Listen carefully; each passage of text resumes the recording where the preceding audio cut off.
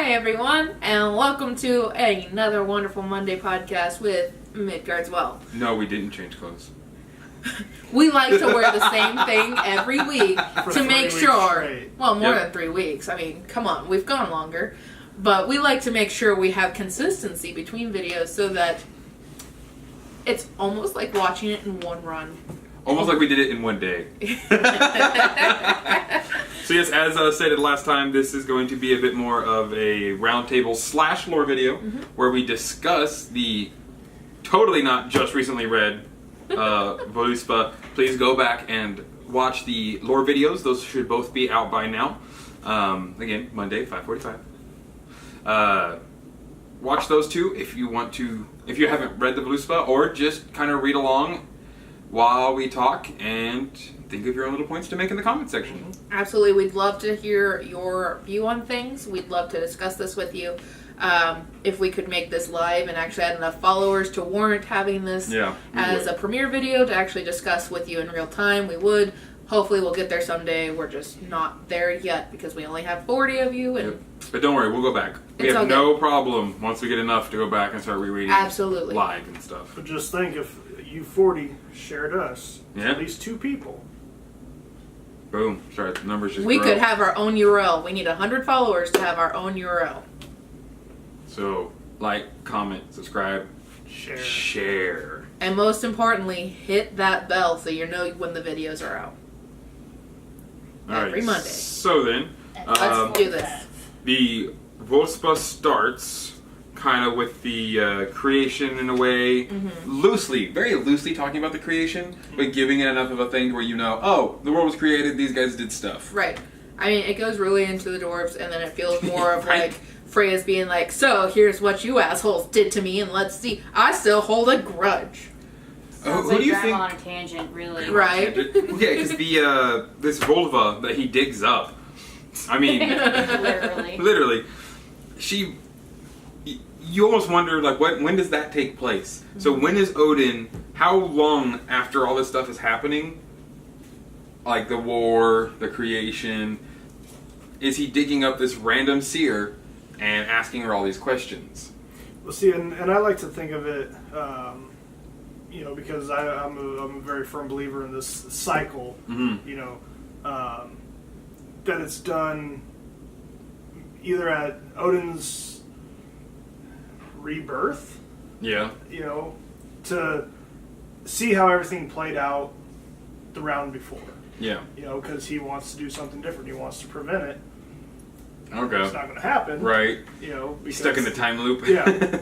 Groundhog Day, but it's just a really long day. Right. For us, it's all of existence. For him, it's a day. Right. This actually allows me to bring up one of our other members' points who cannot be here. That the Voluspa allows us to illustrate further that the gods are not perfect, and like us, they are beings just trying to make it. And Odin has a passion to a fault to learn all he can, especially if it pertains to the end of days and his being able to stop it. He goes on to say, our gods are not only capable of having faults, but because it is a shining part of who they are. One-eyed, one-handed, blind, dumb, clever, and mischievous to a fault, mixed parentage, no father. It goes on and on and on. Cats are playing. Cat doing cat stuff. Yep. And I've got 5 points, which is why I have my phone. Yep. I know that in this beginning stuff it talks about Ganunganap and Ymir, but of course, there was, it goes very lightly into the creation of stuff. Yeah, there was Niflheim and Muspelheim, and the gases from this place met the fire of this place, which created a river, which then all of a sudden you see Ymir pop up, and then a cow, and then the cow's udders feed Ymir, and from under his armpits come the other giants, and the cow licks the salt. His left foot screwed his right foot and produced offspring. Right. It's a fun time. The creation story is way out there. Way out there. But, like a lot of texts that involve religion in the very early days, they kill Ymir and there's a great flood. Yep. So... I wonder if that's like the first ice age melting. Oh, don't even get me started on this whole Graham Norton first extinction, ice age, first civilization thing. That's not even related to Viking shit. I go on for hours. No, it wasn't even related to that because our world goes through cycles of cooling and heating. Yeah. So it was one of those moments of everything starts with a great flood. Yeah. So who's to say that the first great flood that everybody speaks of is one of the ice age melts? It is, because they just recently found a huge crater in Greenland that dates back to almost near prehistoric ages. Holy crap. And it's older than the one in Arizona that killed the dinosaurs. Oh, wow. They just found it because the heat from the heating up is actually melting the ice to get to the point where they can find it. And it is, like, catastrophic size Holy crap. crater, which caused a huge plume of smoke, of course, to go up into the air, which causes massive rain, which causes a huge flood. Yep. Which then goes into the whole theory that there was already an advanced civilization, the Atlanteans, but they don't have fucking flying cars. That, No, man. pretty much... Or Jason Momoa. Yeah. Aw. How dare you? But yeah, there's this whole theory, though, where that very much was a thing. There was, at one time, a flood that destroyed so much of civilization that we were pretty much back to, like, 2% of us left. Mm-hmm. And it was that flood that scarred us so badly that it just went to every tribe of people that survived thereafter. That makes sense. See, you learn all kinds of things here. Whew, that was a really quick way to say a whole bunch of information. Yes, it was. Now, a lot of people, it's kind of divided when it comes to the Voluspa. I personally am of the belief that the Voluspa the whole time is just Freya. Some people see the Voluspa as actually a mortal witch. And it kind of is divided down the middle, how everybody views it. One thing that this person brought up was that's the most important point, that the Voluspa is a mortal. Here's a story of a mortal witch that Odin not only speaks to, but actually seeks her counsel. Especially considering a lot of people don't think that our gods will take the time to speak to mortals. Yeah. So it's at least interesting to him because we've had this discussion with someone he named specifically in this, which is why I had to take a second to actually reread it because I'm not naming names. But no, a lot of people don't think that our gods will take time to sit and talk to us. Which means they haven't read any of the sagas. Exactly. I mean, here you have the Voluspa, and if you believe that she's immortal and not Freya, then absolutely. And either which way, our gods are mortal to begin with. So who's to say both are wrong? Right. And then in the Voluspa talks about Heimdall and how he fathered all the men, or all you children of Heimdall. But that's obviously because the Lay of Rig, where he goes around not only talking to humans, but fucking them. Yes. So obviously there's a lot of interaction between the gods and our, like, this is, I would almost say, like, proto-Indo ancestors. Right. This is way before the Viking culture. This is 300s to, like, 500s. It was the 600s to the 900s where all of the ships, the weapons, and the things that we found are left. Before then, remember, this is like, we're hitting, like, Bronze Age, especially in Northern Europe, because the Roman Empire never touched them, never got that high, never get past Germany, so they weren't really able to show the Scandinavian people the technology that they had. So Scandinavia kind of advanced a lot slower than the rest of the world because they also didn't have a high population due to the mountains and the rocks. Right. But you could say the gods have an invested interest in us. Yeah. This person also goes on to say that the witch tells Odin everything. The mistletoe and the brothers killing brothers. Mm-hmm. He wants to stop the end from coming, but he can't. Imagine being told the entire story of nothingness, creation, life, and destruction all at once. More relatable. You start a new job. The SOP is in a 2-inch binder. You go over everything in the binder over your 2-day orientation. 6 months, something happens. Now your boss is looking at you and talking to you like you're an idiot. We went over the SOP. What part of it did you not understand? And that's definitely how the Voluspa feels, especially when these things actually start to happen. It's like, you knew they were going to happen. Right. How could you not stop it? And in a lot of cases, when Odin did try to stop it, he actually put it in motion. Yep. It's that kind of thing. Like, the second you build a time machine, someone comes back in time and stops you from building the time machine. Right. And then you get into the whole thing, is it a circle? Have you created another branch? Does that person, by defeating you and not actually letting you create the time machine, not ever actually come... You know where I'm going with this. Right. I feel like this goes into string theory. Yep. But my grasp on string theory is very loose. And so right after the part in the beginning of the creation, it talks about the beginnings of Midgard and how the gods were here at peace. They were using the golden chess pieces, as it's called. I don't know why they always refer it back to it as a chess piece, because chess was not invented. It was actually a Naftafel, which was the Viking game that then became chess. That's but probably it's just why. a It's the board lazy game. way. It was a board game piece made of gold to signify that things were so good that you could make board game pieces out of gold. Gold wasn't needed anymore. Right. It was just everywhere to just do with whatever you wanted. Yeah. Leads into the fact that, during the beginning of these days, before what we're about to get to, the witch comes into play, everything for the Aesir was just smooth, comfy, and good. No problems, no issues. Everything was, there was no sickness, no bad temper, no it was distrust. hunky-dory. Right. But then comes Gulveig, the which does mean golden one or golden woman, and she is the first person who knows deep magic and has the ability to mess with people's minds or influence things.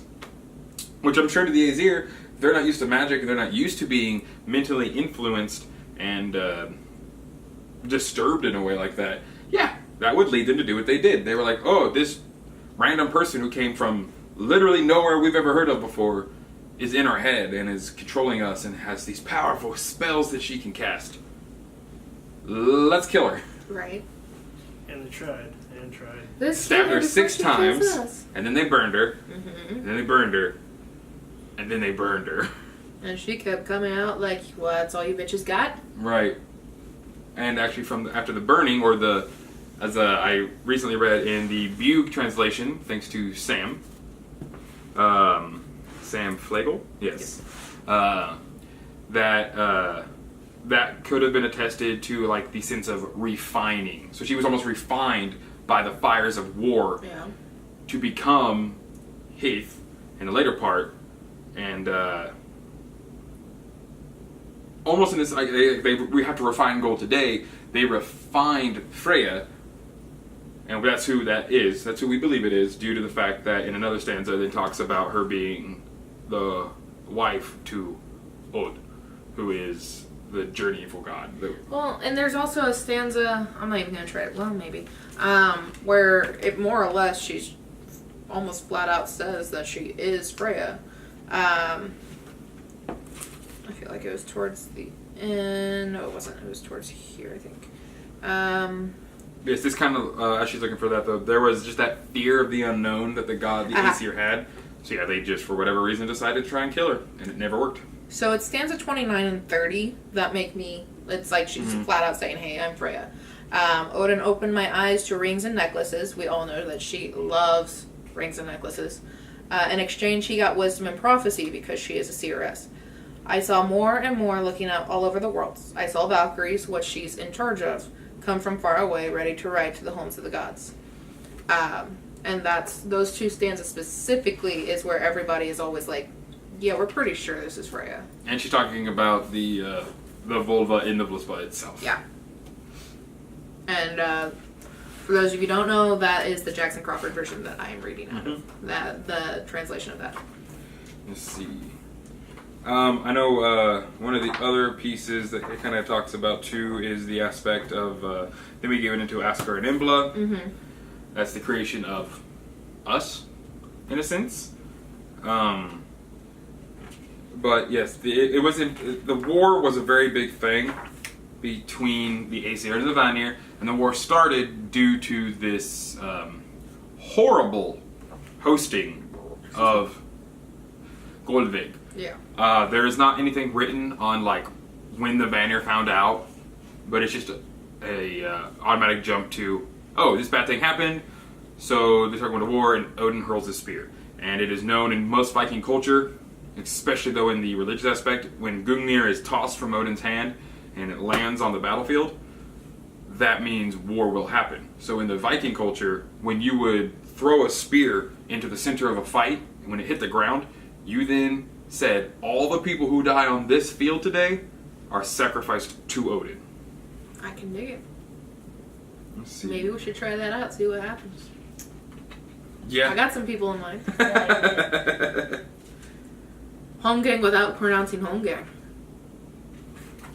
Let's see. Yeah, and here it talks Battle about for the the... I'll stick a spear in the grounds of the Vatican. Oh, yeah. That's a big dream of ours. We want our stuff back.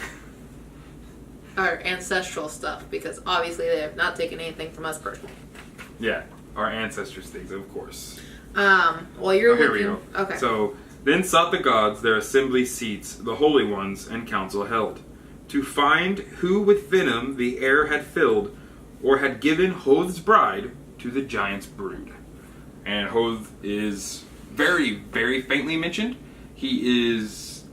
Oh, okay. I thought you were saying Hod as in Hodor, or not Hodor, as in Hoth, No. Balder's brother. You're saying Od, Od, yeah. as in Freya's husband. But yeah, Od, Hod, traditional, today, the D.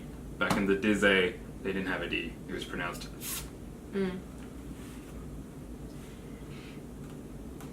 So that is where it kind of leads into the fact that, it says down here, Oath's bride, Freya, of Oath little is known, beyond the fact that Snorri refers to him as a man who went away on long journeys, and is pretty much assumed to probably be dead. Even Freya doesn't know. Then that's part of Freya's lore, is that she's searching for him, and that she cries tears of amber because she misses him, so... Maybe that's why she randomly showed up in the Aesir's Hall. She'd be like, I'm Could looking for be. my dude. Right. Right? And I mean, it's surmised that he might actually be like the god of inspiration because he's so flighty. But there's also the theory that Odd is the boar that she rides. That she just turned him into a boar and rides him around. Literally. I'm tired of you leaving me all the time. Boar. Right? Now try to run. I feel like that's something. I really like this part next to is that after they do this to Freya, Thor becomes extremely upset with the Aesir. He's like, you brought a woman into our halls and just immediately kill her? Right. That's not how we are supposed to act at all. And again, Thor being the hot-headed, ignorant man, not the smartest guy, and ready to fight, for him to say that really shows like this lack of judgment from Odin and the older gods. Well, they're acting out of fear. They're meeting a race of people that they've never interacted with before. They don't know anything about them except that they're strong in war magic. And that they could probably totally kick their asses, and they're not prepared for that. Yeah. Which, in a way, you saying that kind of makes me think that kind of alludes to today's turmoils that we're constantly going through in this world we live in now. It took the God of the people, the God who protects us all, to be like, hold on, they're different, but that doesn't mean they're evil. They're just not like us. And that's one of the things that we have to fight for the most, especially in this religion, to be accepting of other cultures and other people, because that's our way. We have to be honor bound at all times. We have to let any guest into our hall and feed them and give them rest. That's the whole point of this. Yeah. Sounds like they committed a crime against hospitality. Yes. And it's a big thing in the Norse culture. If you commit a crime against your guest, that's almost worse than committing a crime against your own child or wife. For a man to let another man in his hall and then not feed him or to abuse him. Yeah. Or to feed him and then kill him. The very next section in the Poetic Edda after the Voluspa, Holomo. it speaks of how to how to be a host. So you can kind of tell Odin was like, yeah, I fucked up earlier. This is how you're supposed to do this. Sorry. Do what I say, not as I do. Yeah. Now something that is brought up in the person that isn't here is the point of fate. So he said it makes one wonder about the inevitability of fate and if there truly is any way to change what is laid out, especially considering the fact that our fates are carved instead of woven. Like, it's a lot harder to edit and fix a piece of wood Yeah. without just starting over completely. I also kind of enjoy the fact that our three fates don't share like a seeing eye. They're at all times Urth is looking in the past and checking things and realigning to Werthandi, who is focused on the present, who then helps Scold in the shaping of the future. Right. Exactly. They all work in a perfect unison, whereas the fates in the Greek pantheon are much, much more an aspect of, no, it's my turn. No, I want to do it. Well, I think this also speaks to the fact that nothing's really known about our fates outside of our death date. Yeah. Death dates don't change in wood. Right. You can change that in a weaving, but you can't really with wood without throwing the whole damn thing out. Right. We all know weavings don't work. Just watch the movie Wanted. Random little throwback there. Ooh. So, as we read earlier, the Voluspa, I didn't even read this part. It talks about Heimdall's ear being hidden in Yggdrasil. Yeah. Here it we says, talked about it being like the baby monitor. right, I know of a horn of Heimdall hidden under the high-reaching holy tree. On it there hearing pours from Valfather's pledge a mighty stream. Would you know yet more? Woo, So yeah, buddy. it's like, yeah. I mean, yeah. So you can blow into it, or you can listen with it, like those old-timey hearing aids. Right? What? That's awesome. I would have never thought of that. I'm Yeah. so glad you pulled this out. But as we know that Heimdall's whole thing is he's able to see every blade of grass that grows on Midgard and the other realms, and he can hear pretty much all of existence. I would want to hide that out as well every now and then, though. yeah. I would really, really like to go to sleep at Right. least. So I'm sure every now and then he's got to just like, no, okay, I'm done now. You got a hidey hole. Yeah. So, see, then from there it goes on to the Terror of the Gods. Yeah, now we're getting into the end of all things.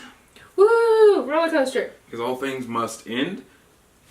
But luckily, because this is a cyclical faith, like all things in life, There's a beginning and an end. there's a beginning and an end, and the end only leads to the beginning Yep. of the next end. When you are born is the beginning of the end. The dead will fertilize the ground for new growth. Exactly. It's just Freya. Not Freya, Brea. The cat's name is Brea. The peanut gallery looked confused. What was the stanzas you had that talked about the vulva getting gifts? About Promoted. what getting gifts? The vulva. We talked about her getting rings and... That was like 30. It was somewhere between. It was in the section. That Yeah, I it's read. 29 and 30. Okay, and that's after all of she got burnt down and stuff. Yeah. Oh, crap. Oh yes, I know where... She's wearing rings, you say? That Odin gifted her rings. I know And where necklaces. Heimdall... There. Where's it at? Odin opened my eyes to rings and necklaces. Okay, so it's right after this one then. No, it was the one you had. It stands at 29. Necklaces had I, and rings from Herr Father. Wise was my speech and my magic wisdom. Widely I saw over all the worlds. So my question is why are the stanzas different in this than yours? Yeah. Because that's 29 in Crawford's. Right, and it's 30 in this one.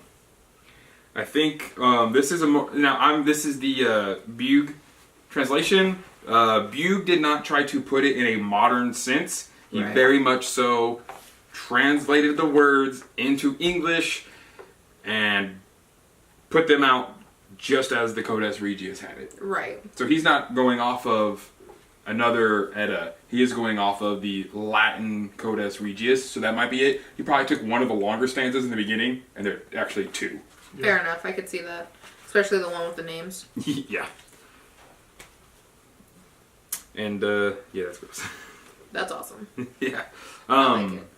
So yeah, also check out Sam Flegel. He does amazing Norse artwork. Mm-hmm.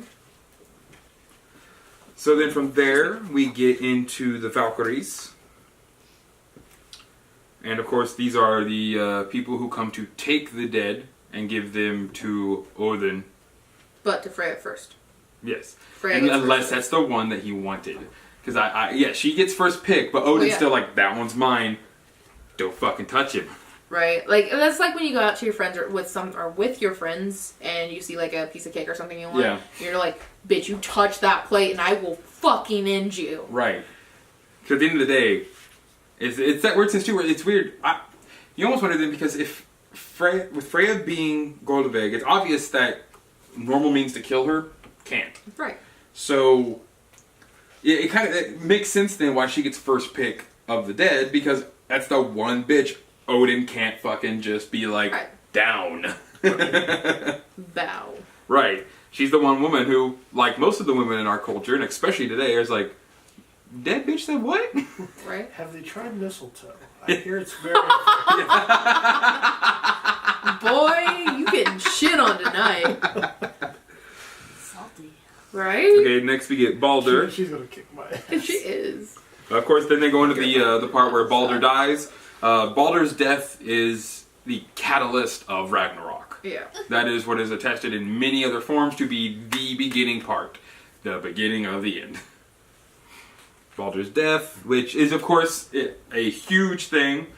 Loki tricks Hod because Hod was feeling left out because he wasn't able to play with all of his brothers and sisters and trying to harm Baldur. I mean, if I couldn't get hurt, it'd be kind of fun to watch people like try like break swords over my flesh and crack clubs on my head. We have to remember that Hod is blind. Right. So his brother may be invincible, but because he's blind and it's, these times, there's not very much for a blind kid to do but literally sit there and listen to everybody else have Well, and you don't want to accidentally swing at Baldur and hit someone else. Frigg. Right? Like, yeah, hey, I just stabbed my mom. Right. I didn't mean to. My bad. Sorry, Mom. Accidents happen. Or prematurely wipe out the world by killing Thor. Right. And then so from that one, we go on to... So, yeah, Loki definitely preyed on that and was just like, hey, you want to be part of the fun, big fella? Here, let me help you aim so you don't accidentally kill somebody. Well, and see, and that goes back to what we were talking about earlier about how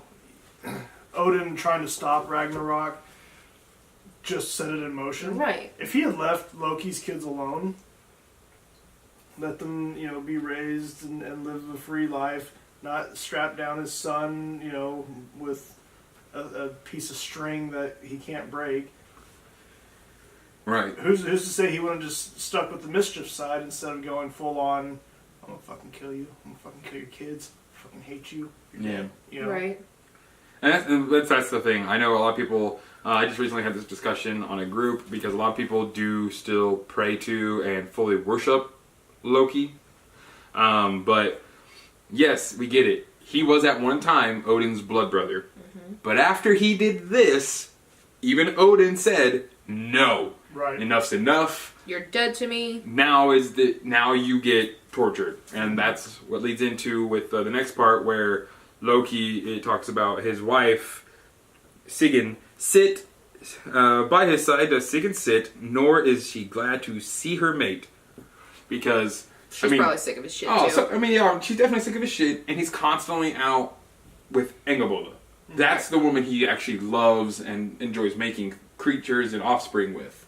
See, what I want to know is more about Sigyn's backstory, because I can't even remember. I learned something about her. She was the daughter of someone important to the Aesir.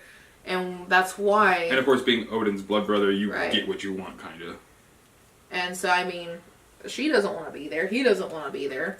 But they're stuck together because he fucked up. Yep. Well, I love, there's before he gets, locked up and has venom spit on him all the time, there's a scene, or a story where, they're at a dinner. Mm-hmm. Lokasana. Yep. And insults everyone. Right. Yes. He pops in already, 3 sheets to the wind. Basically, fuck you, fuck your mother, I fucked your mother. Yep. Right. Everyone's, Loki leave, and, Loki tells Odin, you said you want to die where I wasn't allowed. Right. You would never drink from a horn unless mine was filled as well. Yeah. And so he forced himself into the group, and everyone's just sitting there, fucking motherfucker. So, yep. And he's just going. I think the straw was when he started calling Freya a whore. Yeah. And of course the big thing is, like always. Then Thor shows up and is like, leave or I will bust your head open. Right. Oh, and you better apologize on the way out, Yeah. or I will bust your head open. I've always enjoyed how Sigyn, because she is still married to him though, will uphold her wifely duties, even though she hates the motherfucker.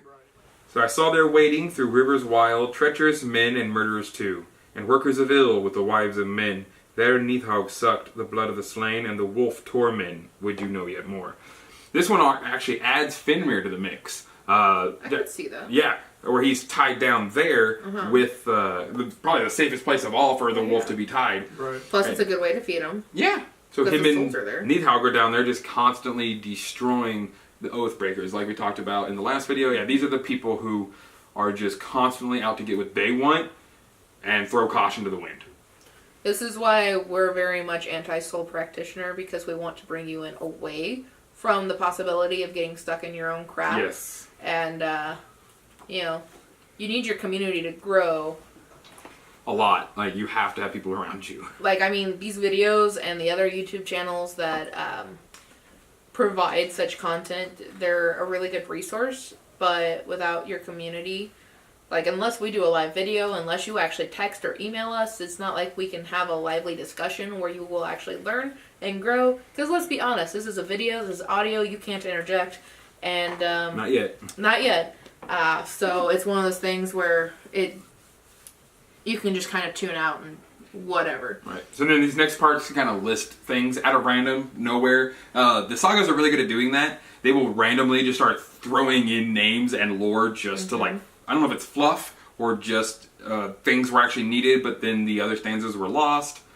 It talks about Golden Combi. It talks about, unless anyone has a point to really make. But it's mostly just a talk about. It lists some names, it lists some places. Talks about Golden Combi and the rooster of Asgard, and then the rooster of Hell. And then there was one more. Which, as we talked about the duality. The one in Valhalla. No, he said Valhalla. Now, listen to the three. The other animal? No, there's three.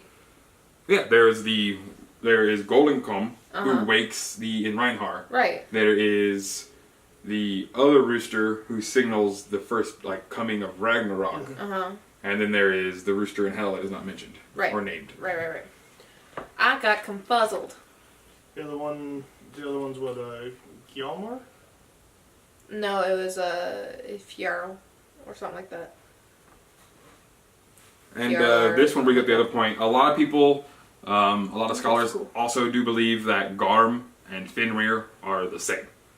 Garm being, for those who don't know, Garm is the hound in Hell. He is the one who is at the gates somewhat. In some places he's at the gates, in other places he's just in Hell. So the Norse equivalent of Cerberus. Yes. Which would then make sense if that is also Fenrir, why in the other picture he was down, in the other stanza he's down there with Nidhogg. Right, because they mentioned that he faces the gates to Hell. Yeah. That makes sense. So it could be like a road. Maybe it's one of the things, like they say there's a road from Hell to Asgard. Right. Well, there must definitely be a road from Hell to Niflheim. Especially like if you die, I could totally see this, because Hell is where people go. It's purgatory in a sense, but not a bad purgatory. But it's a place for people of little acclaim and little... It's where normal people go. Yeah. So if a normal person gets there and they're super pissed off and they were like a certain religion and they find out that this religion is true, they're just pissed off and they get all pouty and start raising hell, you get shoved down the chute to Niflheim. Stay down there a couple millennia, let us know how you feel. Right. I believe. Just watch a whole bunch of people just climbing up the road. I believe. And then after Garm or Fenrir do break free, that's when it goes into the stanzas about brother killing brother, which is also in a lot of other religions. Right before the end of days, it always says, no brother can be trusted, the world will go into complete chaos, it'll be ages of nothing but war. Which is another thing, it makes you always wonder, because everyone's always like, oh, is it happening now? We've been at war with each other since the dawn of time. Yeah. Ragnarok, again, could also just be a lot of people also believe that Ragnarok is an everyday thing. It could just be cyclical, like every century. Because it's almost like every century right now ends with some massive war. World War I and then World War II. Yeah. I think it's an every 2,000 year thing. Oh, yeah. Could see that too. then from there, we get to the mighty horn being blown, of course, yeah. Because... And the yellow horn is blown pretty much when Heimdall sees the giants coming to Asgard. Mm-hmm. And because the whole point of the Bifrost was it would burn giants beforehand, but now it seems to sense either through magic or the destruction of the Bifrost, that through the use of Naglfar, that the ship, yes? Yeah. Yes. Through the use of that ship, they're able to get over the Bifrost without being scorched alive. Because the nails of humans have allowed it to happen. Because humans I don't are know allowed. why I got like Baptist preacher there for a second. Because humans are allowed, of course, to go over the Bifrost if deemed worthy, of course. That makes sense why it's made of human nails, though. Yeah. Like, that never occurred to me. That would totally make sense. Because we're the only people who are allowed to visit pretty much anywhere. Yeah, are humans. Ergo, why they would make a ship basically of fucking humans without being super morbid and making it of corpses. Right, our fingernails, the keratin and stuff, that is just the dead protein from our bodies being pushed out into hair and nails. Yep. So yeah, that's it, yeah. Yeah, that makes total sense. Oh my goodness. This is why we do these discussions, because we learn a lot from each other. Keeps going on, this is mostly just all talking about, it's a-coming. Oh, it's like right at your doorstep. But wait, here's what it smells like. Yeah, and that's one of the things with Surt and all of them coming. Surt is the cleansing fire. Surt is that last great giant that's coming in to pretty much baptize this new world. Because as we know, with crops, especially here in the Midwest, there's a burn season where you have to take all the old crops and you literally, to enrich the soil and get it ready for the next crop, burn it all to the ground. Yep, there's times of year, like literally there's signs on the highways to go back to my husband's hometown that literally will go on to say, if there's smoke, don't drive through, pull over and wait for it to stop. Because the burn season there varies. And with how strong the winds are on the prairie, if you try to drive through it, you'll end up in the opposite lane of traffic or in a ditch. And there's just, because it's so thick, you just can't see. Oh, this is nice. So, it says this one, Surt fares from the south with the scourge of branches, fire. Interesting. The son of the battle gods shone from his sword. The crags are sundered, the giant women sink, the dead throng hell way, and heaven is cloven. See, this makes me think that he has Sumerbrender. Yeah. Like that again, because every time they mention that he's wielding something besides just, straight up fire, the son of the battle gods shone from his swords. The battle gods are often referred to as the Vanir. Yeah. And the Freyr's sword, Sumerbrender, it's literally the sword of summer. Yeah. Well, but there's stories of him from the beginning of time forging his sword, and it's not until Ragnarok that he completes it. Okay. See, I haven't read up a lot on Surt. Yeah. There was just like a story or two I read that Surt was seeking the Sword of Summer or something like that. That's it. I mean, it's a sword that fights for itself. Yeah, right? It does say he wields the sword, and Sumerbrand is not one to be wielded. Yeah, that's one of that you just... Yeah, Here you go, buddy. Have fun. Cut him up. And it do. I hope it's like the sword from Who Framed Roger Rabbit. Like, Oh. Alright, guys, let's go! That's how I imagine Sumerbrender would be. Then, of course, comes the first death. Odin rides out to battle to meet the forces of destruction with his Einreinhar and dies at the hands of Fenrir. He is, of course, avenged by his son, Vithar. And that's why we were supposed to save the scraps from our shoes to give it to him, because he brutally just wrenches up Fenrir's mouth, puts his foot on his bottom jaw, and shoves his sword in his face. He uses the scraps of the shoes that you make to make his own shoe that is supposed to be indestructible.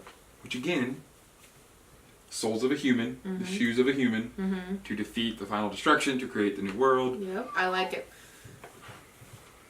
Look at us going with these realizations. Boy. Man, we should have broke this down before. This is fun. See, yep. Mighty Son, Vithar to fight. That's pretty. Slays Fenrir. Then sadly, it does say, of course, that all humanity will weep when Jormungandr and Thor have their battle because Thor will kill Jormungandr, but after 9 steps, the venom from the battle will course through his veins and cause Thor to die as well. So keeping that in mind, Jormungandr encircles the whole world. So of course, when they start fighting, we're all gonna feel it. Yep. And then Thor protects us from the Jotun in general, and he's the uniter of people. Yeah. Ooh, that takes us back to the beginning of the Voluspa, and I'm sure this is a missing stanza then, because remember when he's like, was offended because everybody was willing to be treacherous against this stranger that had come in. Mm-hmm. Perhaps he's the reason why they came together. Maybe he's Yeah. the one who suggested the trade. I can see that. Because he is the uniter. I have to look up that term. What term? The son of Fjorgen. Who is Thor. So it must be one of the other names of Odin, maybe. Well, Because Odin has a lot Don't of change names. the page. I won't, because I know, it's not easy to spell. So after Thor's death... Mother? There we go. Yeah, Halong has an entire song that is nothing but all the different names of Odin. Yeah. Because they be many. Yeah. He is Legion. The feminine Fjorgen, or Jord, is described as the mother. So that's another Okay, word that's for Jord. Okay, that makes more sense.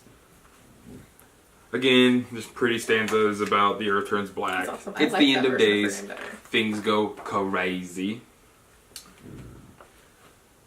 And then, but thankfully, after all is done, after the sun has been turned to black, and the final waves of battle have quieted down, the victors, the Aesir, finally get to go back to peace. Mm-hmm. And Balder and Hod get to go back to Asgard. And with the help of Hoenir, recount stories and tales, find the golden chess pieces, and are able to recreate a beautiful world. And from what I remember, Hod and Balder rule together. And there's actually a couple theories that they're actually twin brothers, and that's why they rule together. Yeah, because it does say the twins. Yeah. And a lot of things, though, don't mention that they are twins. So it's like they're the opposites of one coin, whereas Balder is the most beautiful being on Earth. Where he is sun, Hod is dark. Where he is the light, Hod is dark. Yep. Where everybody praises and loves Balder, Hod's forgotten about. Yes. And I think that's very much shown in the fact that he's blind versus fully abled and indestructible. So Hod is the weak side of Balder and the darkness that we all have inside us. We all have the ability to be the most likable versions of ourselves, but yet, at the same time, we all have a dark side. And if you don't have a dark side, you're lying to yourself. Well, I mean, yeah, you have indestructible Balder, and then Hod, who was killed by a day-old brother. Yeah. Beautiful But- Balder and blind. Balder Oh. has one weakness, and it ends up ultimately being his brother, who is the opposite of everything he is. So, For he is the shining god. Maybe whereas- that's why Hod is blind, because they were born on the same day and Balder was literally shining. right, and like blinded the crap Right. out of him He permanently. was stuck in a womb with the dude for 9 months. Stuck in the womb with the sun. Pretty much. And considering the fact that he's known nothing but darkness at that point, it would make sense for him to be the god of all things cold and dark. Another fun thing from this new other translation. Then Hoenir wins the prophetic wand, Ooh, just and that. the sons of the brothers of Tveg abide in Vindheim now. Would you know yet more?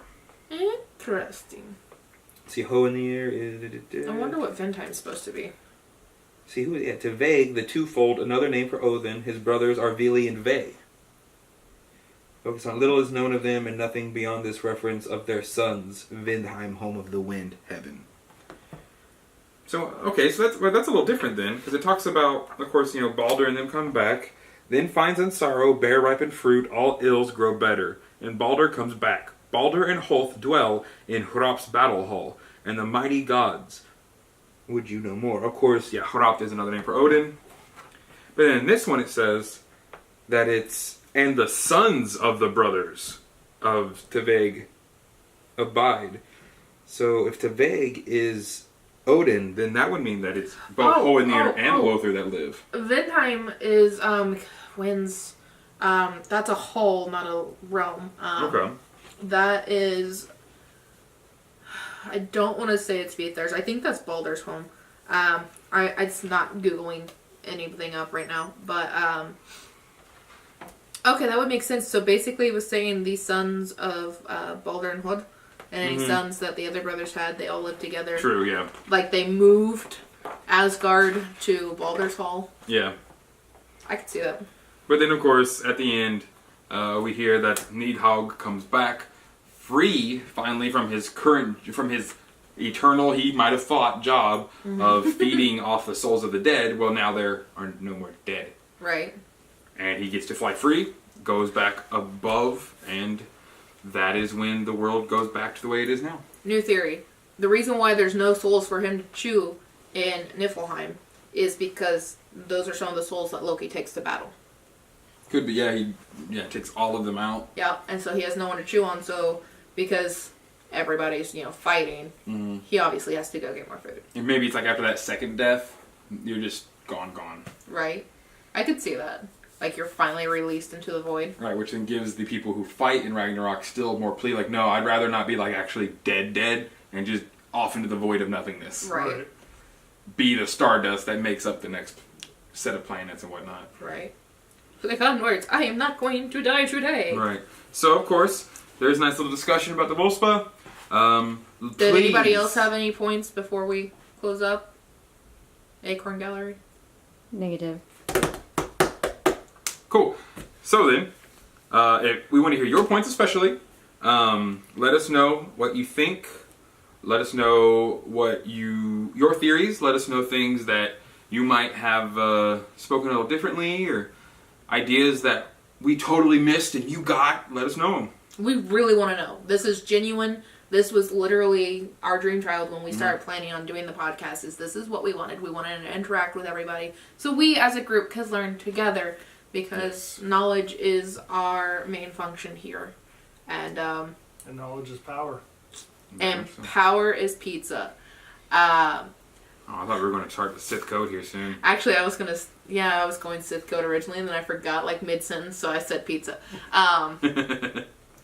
Anyways, it is important to us that you comment and discuss this with us if you so feel. If you like the fact that we're doing lore videos, please make sure you like this so that we can keep making these. And share it with others. Please share it on pages, share it on your page, share it wherever. If you think we should go rotten Niflheim, hit that dislike. I mean, we aren't going to judge you. This is your opinion. Bad press is still press. Yeah, exactly. It may not get us on the front page of YouTube, but that's not really our goal either. So it's very much let us know what you think of these videos so that we can make the best videos for you, and we can only do that with your opinions. That was a long tangent on help us make the channel better. Yeah. Alrighty. Well then, as always, when we end another lovely video. Hold on. Every Monday, 5:45 is when we put the videos out. Like, comment, share, subscribe, hit the bell so that we are able to let you know when we make new videos. Every Monday, 5:45. Like, comment, and subscribe. I just wanted to round it out with 3 times. I can dig it. Now, and as always, thank you for drinking from the well.